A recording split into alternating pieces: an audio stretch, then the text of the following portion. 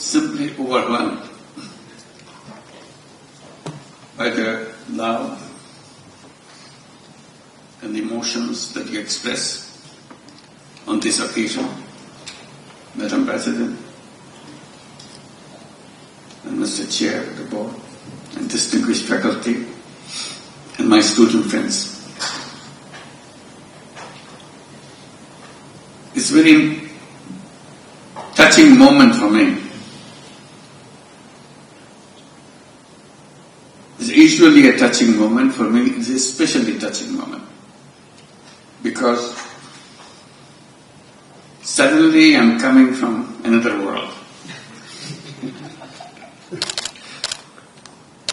I got lost there. You bring me back to my real world. I feel so comfortable. That's where I belong to. That's where I enjoy being. The campus always thrills me. By being with the faculty, with the students, with the challenges. This is an exciting world. And then you find your path.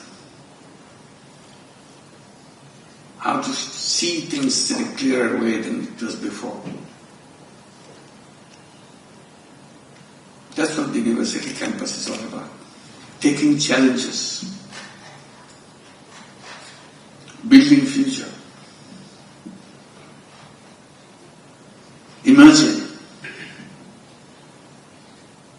I put a lot of importance to the young people and the faculty and campus as a whole. Importance of imagination. I said everybody is telling you learn. That's fine, that's okay. But spend as much time as you do in learning. Imagine. Because imagination is the way which creates the world. If you imagine, I try to emphasize to the young people, if you imagine, it will happen. If you don't imagine, it will never happen. Because you didn't imagine it. So easy. I see imagination gives you the power to unleash yourself.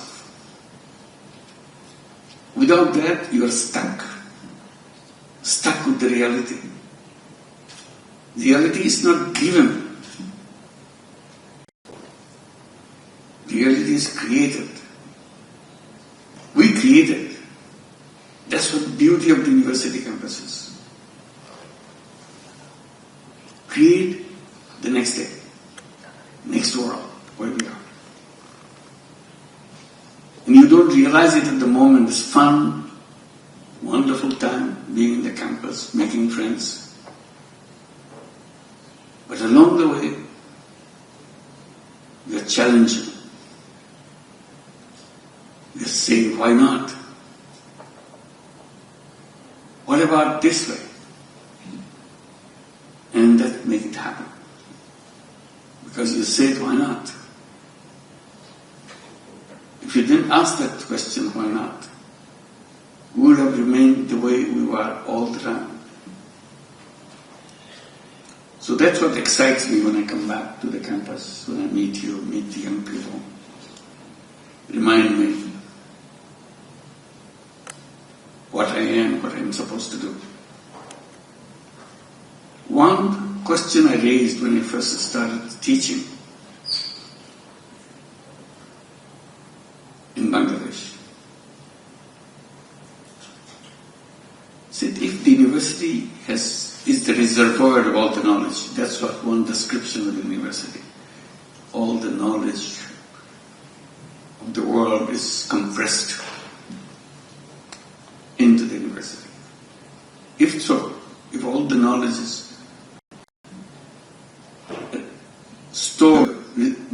reservoir, the campus.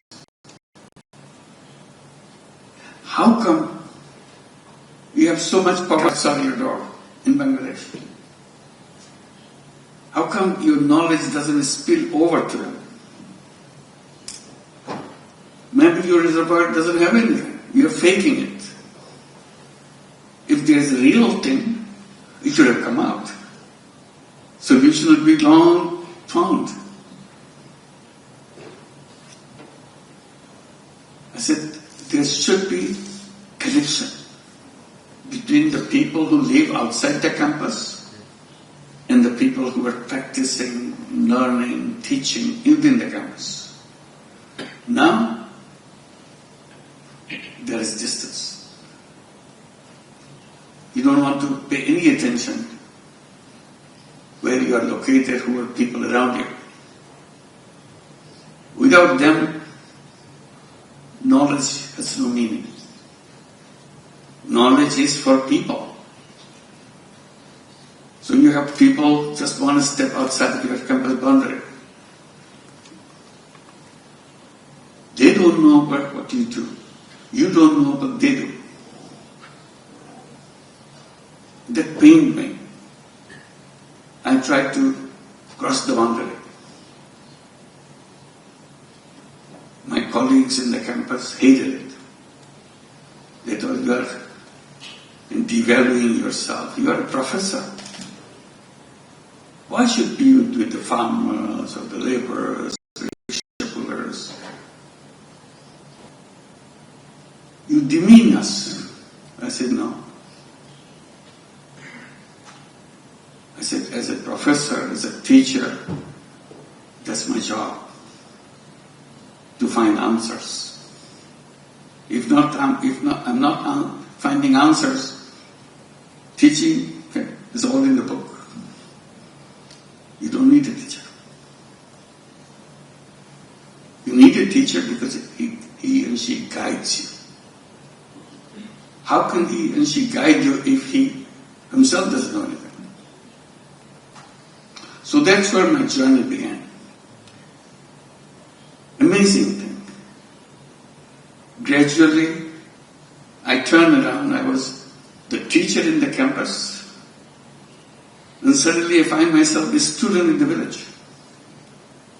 Every day I'm learning. Years later I found out that's the best university I ever been to. The village women taught me so much. Today, whatever I'm saying, whatever I'm doing, all inspired by them. And very simple thing about life. Simple questions.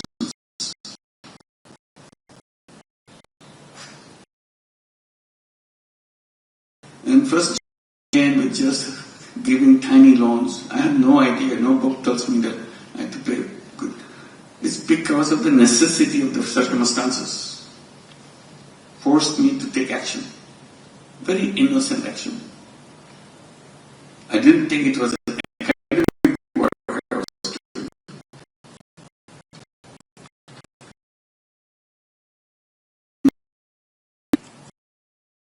It challenged the whole banking system. I said, it's very funny. Banking system is designed in a way, the more you are rich, the more you have, the more you get. Suddenly I looked at it, I said, that doesn't look right. The principle should be other way. The less you have, more right you have to get the service.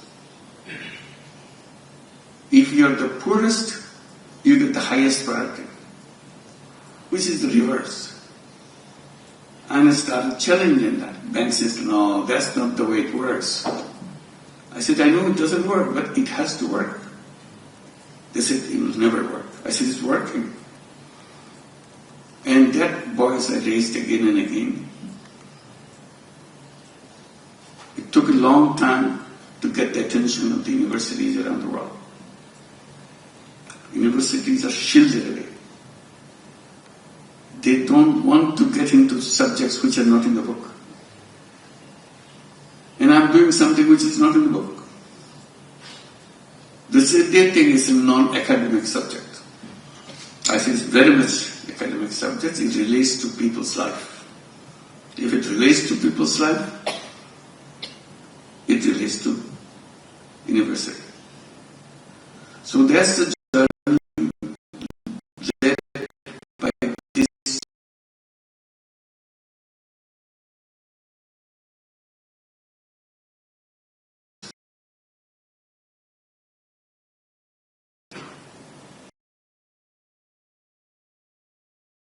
field and start talking. The civilization that we have built today, that we are so proud of the civilization, actually saying it's a wrong civilization. And it's a self-destructive civilization. This civilization will kill us. Oh, how can it be? Look at the prosperity. Look at the way we are conquering everything. We are conquering the world. Yes, but you will disappear. You cannot sustain yourself. I give 3 reasons why we cannot.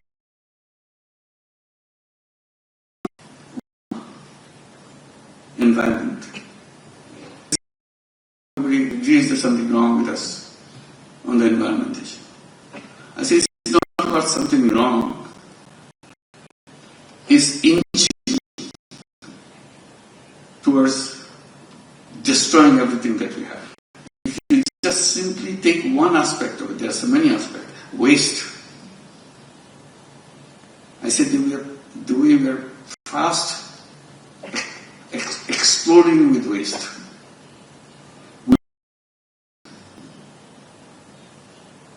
There will be no room for human beings, any other will take over. Every day we are creating waste. We are destroying life. I said this is one reason so powerful. Unless you can address that issue that we are going to save this planet, save the environment, we cannot survive. Second issue that this is alone is enough for destroying the civilization and us. The second one brought us into this civilization. We are so proud of it. Wealth. Massive concentration of wealth. Wealth is fine. We are so proud of wealth every day. Where does and we are responsible. We are the people who design all the theories, all the things. We are responsible for this destruction. We put in our economy the critical factor, critical element, maximization of profit. So everybody is trying to maximize profit. And in the principle of profit, the more profit you make, more powerful you get. And all the wealth start coming to you. And you double it, triple it, multiple it. People have less profit, no profit, then. So the continuous force of profit pushes you to get all the wealth to yourself. No matter which country, which economy you take, wealth is fast approaching the people at the top. So few people in the top, a few percentage of people in the top, they accumulate all the wealth the nation has. Very little is distributed down the line. Globally, if you think, total global wealth is in the hands of few people. You can count them in number, you know them. Death is not a tenable system. Simple. It will explode, it will destroy itself. Can we not do something? Of course we can do that if you think about it. Now that we are happy with this, we got our peace, we are happy with it. He got everything. Okay, it's not. It's not.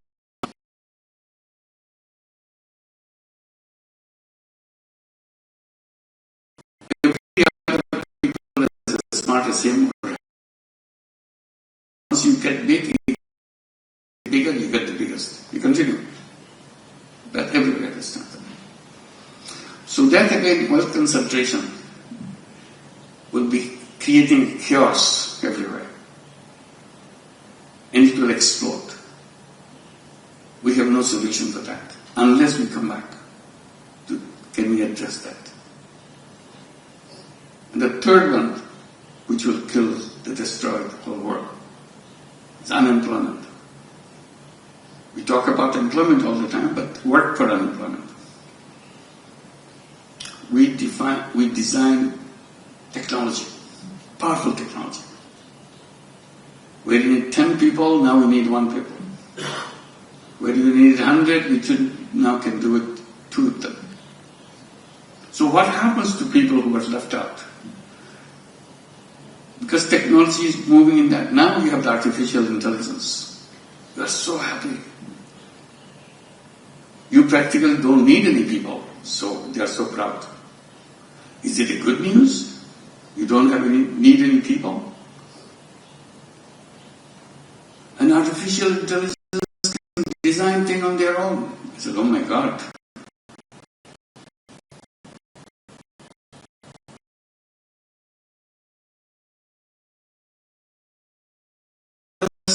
Me to do things. Make it easy for me to do things. I don't see artificial intelligence as a... Because I see that artificial technology is taking away my control on this. If the technology takes away control, he said, who are you? Artificial intelligence challenged me, who are you? So this led me 130 clubs. Simple idea, we can practice it. Simple idea because we are saying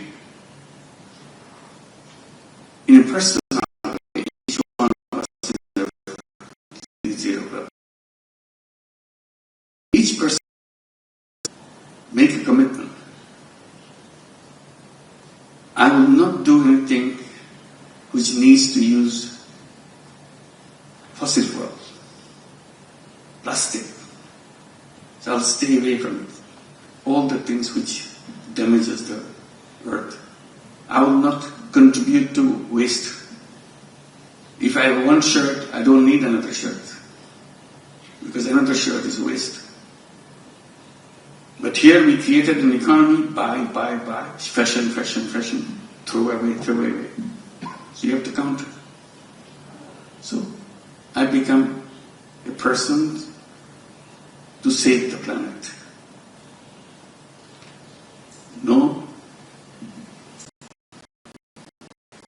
waste for me. I do not seek jobs because job takes away my creativity. So unemployment will turn into entrepreneurship. I'm not looking for employment. So unemployment doesn't mean anything to me. That's how I was born, as an entrepreneur. But the school taught me to learn so that I can get a good job. So my orientation is, if I don't get a job, I'm useless. I'm a failure. I said, that's not true. You are born as an entrepreneur, as a creative person. He said, essence of human being is creativity.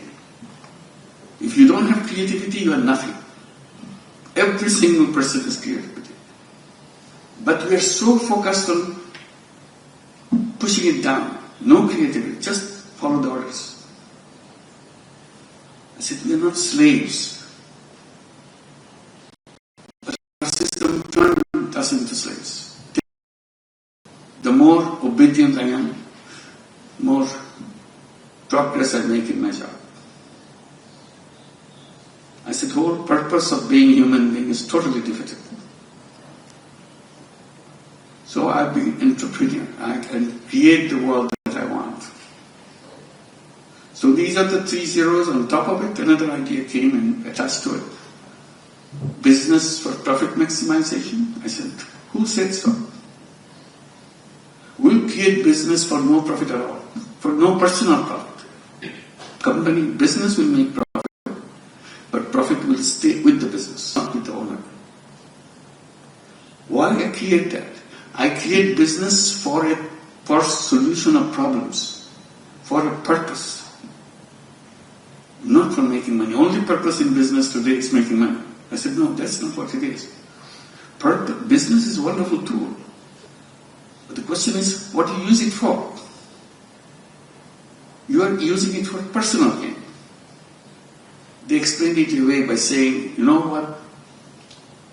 That's the way human beings are. They are selfish. They want to make money. That's why you have to build a system based on selfishness.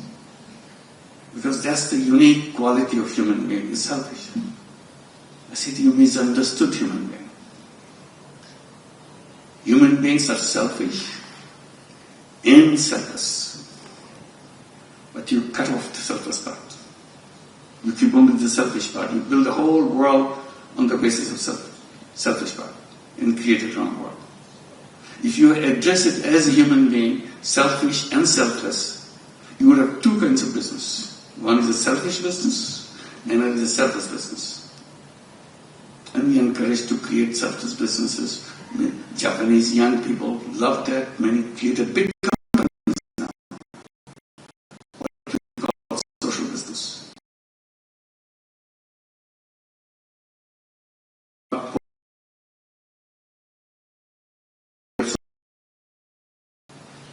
Trying to see how to solve problems in a business as a tool. Business is a very powerful tool, but the purpose has to be put in there, right purpose.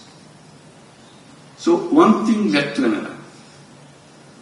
And it all happened because of the interactions, because of the debate, because when I'm taking my students with me to address something, they're raising questions constantly. And I'm trying to find answer for me, not for them, because I don't have the answer. When I have it, I say, shall we try this way? Maybe this will work. And I say, this is fantastic. So whenever I come back to campus, as you did help me to do that, it's an amazing opportunity to look back and enjoy being in the campus. And thank you